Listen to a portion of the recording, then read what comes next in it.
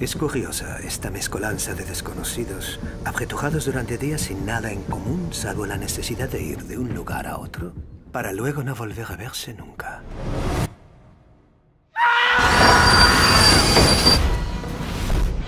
¿Qué opinaba usted de la víctima? No la meta en esto.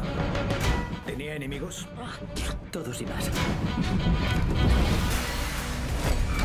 El asesino está aquí. Es uno de ustedes. Estamos rodeados de mentiras. Yo dormiré aquí, donde todos puedan verme. Y yo pueda ver a todos. First of all, I want to know what were your thoughts when you found out that the movie was going to be so different from the novel, because there's a lot of changes. Well, I love the difference because otherwise I wouldn't be here. Because when I read it originally, it was the very first draft that Ken asked me to read, and it was 45-year-old French man, and I said, Ken, I think you've got this wrong. But obviously, yeah, he said he wanted to change it, so I loved it. I read the script first. So all I knew was the script. I hadn't read the book yet. I hadn't seen the film. So I knew the script first and foremost, and then read the book. So I was able to sort of appreciate where things had come from. Yeah, so I was pleasantly surprised. Reading the script first, it reads like a modern thrill ride. You know, it's exciting and keeps you guessing the whole time. And so to go back and watch the film and go back and read the book, you know, to see those changes, I thought they did a great job at making it exciting for today's audiences. I love all those changes because otherwise, why go and see it? It's a reason to go and see it. They've changed Manuel's character is different, Penelope's character is different, Leslie's character is different, but they are still faithful to the Agatha Christie. You know, they've been inspired or taken directly from other novels. So we're not. I don't think Agatha will be turning in her grave. Hopefully. There's a lot of conversation about racism in the movie, which is great because in the novel it was from the 30s and that conversation wasn't there. So do you think that's important for nowadays to talk about that in this movie? I think it's really, it was really smart and necessary because if you're gonna make those changes in casting and in the script, you have to deal with the realities of that, what those implications would have been on that train.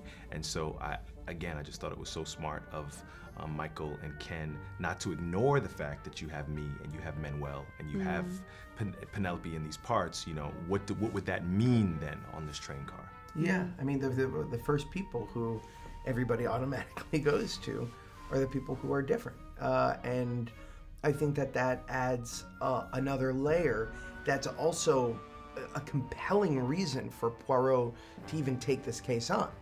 Because he knows that automatically fingers are going to point to him. Fingers are going to point to Manuel's character or Penelope's character. And so it adds an extra layer to it that I think is really lovely. In your case, Derek, your character is one of the most, of the closest to the victim. How would you describe this butler and how was the experience of working with Johnny Depp? Wonderful, quite exciting. And is this the character you're describing? No, I'm describing Johnny Depp. I was playing a very old Mercutio in Ken's production of Romeo and Juliet last year in London. You were brilliant. And oh well, I only said it so you would say that. And at one point, Kenneth came into my dressing room and said, "How would you like to be Johnny Depp's butler?" And that's really my story. I said, "Of course, I'd like to be Johnny Depp's butler." So many suspects and so many great actors. How was working on set? Because, I don't know, so many stars must be like... It was fun. It was great fun. We had a ball. We laughed and we worked. Incredible, slightly overwhelming and intimidating, but just really exciting. And yeah, it was one of those projects where there's never a moment you're not aware of how fortunate you are to be there. Very quickly became a wonderful company. It was like a theatre company. It was like because we were in every day. Do you know what I mean? Yes, we were all together every day, and there was no diva, there was no temperament. You know, nobody was more important than anybody else. You know, and the people had people looking after them. The people were kept well away. We were all a company of actors. Yeah. In your case, Manuel, your character, you have to like leave breadcrumbs but not saying much. How did you approach your character? As soon as I read when I came back to the novel and when I read the script, I don't know why I had this vision of Marquez, which is Foscarelli on the novel.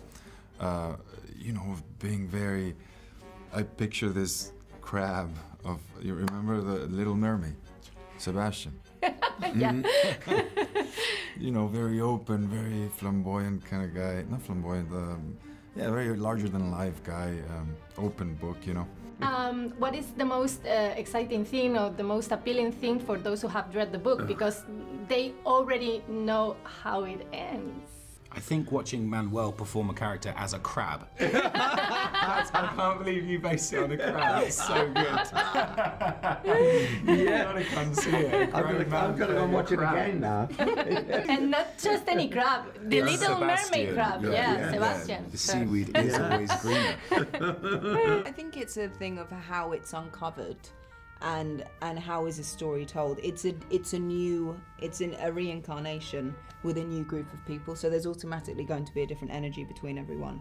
And I think the magic of Christie's work is that it's not really about who, it's about why and the connections and why do people do the things they do, and how does one thing happening here affect one person over here and then someone over here and someone over here. ¿Quién empuña un cuchillo? No se fíe de nadie, de nadie.